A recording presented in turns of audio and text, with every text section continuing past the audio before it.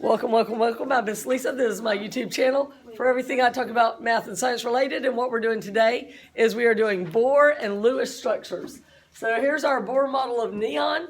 We looked on the periodic table. We found the whole number for neon is 10, so it has 10 protons. We looked at the decimal number, and it's 20.01. We rounded it off to 20. 20 minus 10 is 10. We wrote, hold on. You're welcome. We wrote 10 neutrons, and we also have 10 electrons. 2 go in the first level, 8 in the next one. So 1, 2, 3, 4, 5, 6, 7, 8. So the outermost level is full. It's a noble gas. It doesn't want to react with anything. It's happy. What are the outermost electrons called? Starts with the letter V. Some people say valence, some people say valence. I say valence, but people from up north, New England, tend to say valence. And they call the curtain, when you have a little curtain up top, they'll call it a valence instead of a valence. I think it's a northern thing. All right, so these are our valence electrons. So now take off your little colored beads and draw on it with your marker. So this is on the test. Let's do one more. Let's try a hard one. I want everybody to try sulfur. Let's try time do sulfur. So look on the periodic table. Sulfur is right here. Do you see it? It's right there on the periodic table. What's its whole number?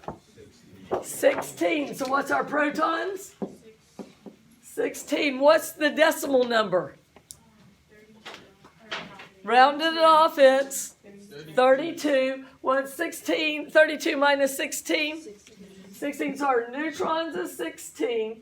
How many electrons go in the first level? 2. How many go in the second level?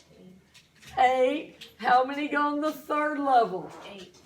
So we got 10, 11, 12, 13, 14, 15, 16. So only 5 on the last one, right? No, 6. Because it's got to have 16. 1, 2, 3, 4, 5, 6, 7, 8. Oh, I didn't put them all here. 1, 2, 3, 4, 5, 6, 7, 8. There's our 8. There's 10, 11, 12, 13, 14, 15, 16. So it's got 6 on the outermost. Yes? Yes. Okay. So let's start over with this one.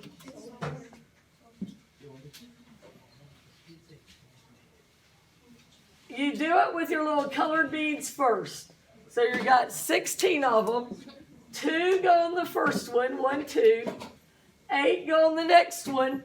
1, 2, 3, 4, 5, 6, 7, 8. 1, 2, 3, 4, 5, 6, 7, 8.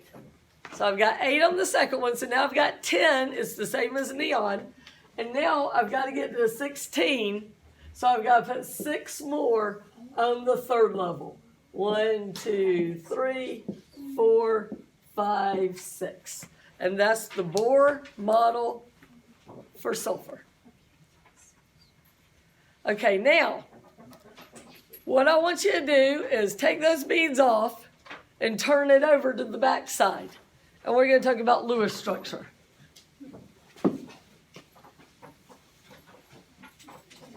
Okay, there's a thing called dot diagrams. And in chemistry, the only electrons that really matter are the ones on the outermost shell. The rest are too down deep in the atom. They can't react. They can't get close enough to touch anything to react with it.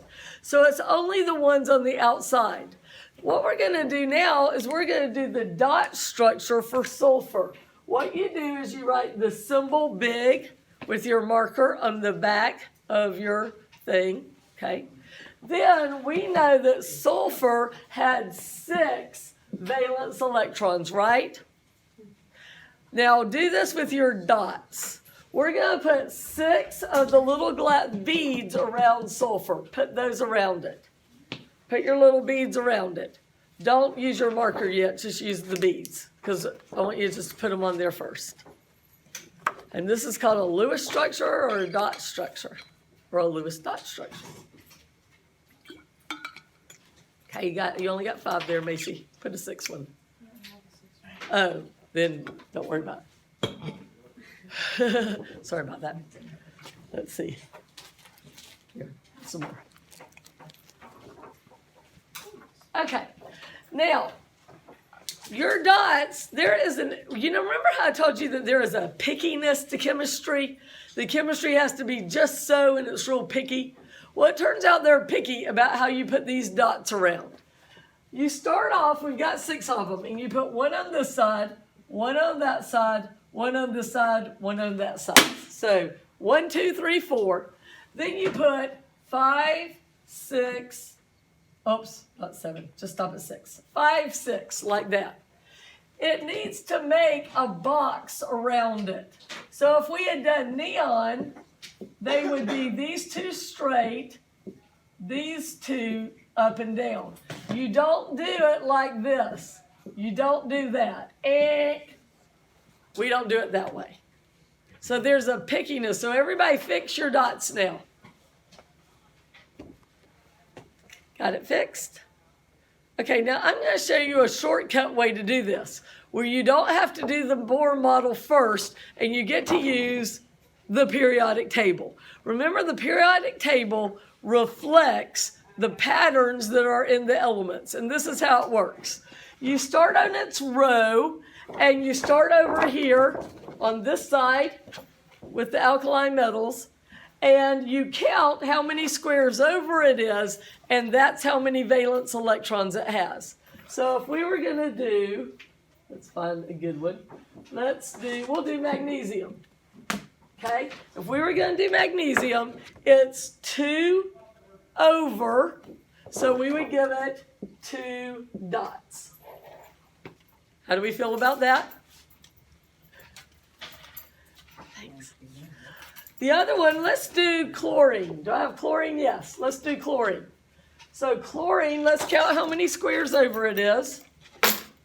1, 2, 3, 4, 5, 6, 7. Does everybody understand how I counted? Yes? 1, 2, 3, 4, 5, 6, 7.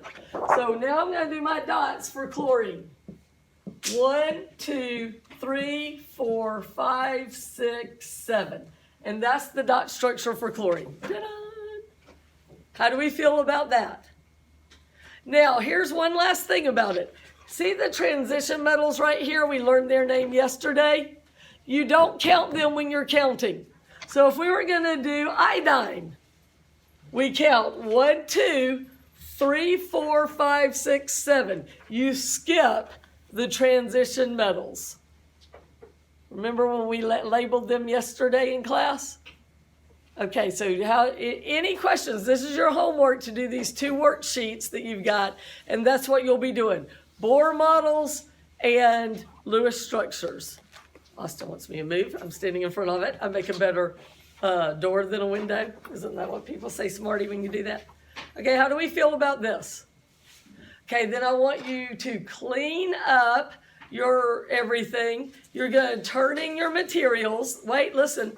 Then I want you to go sit with your lab partner and work on these worksheets together for our last 10 minutes. Good? I want you to do it together. That way, if your lab partner doesn't understand as well as you do, you can explain it to them. All right? Okay. Science is great.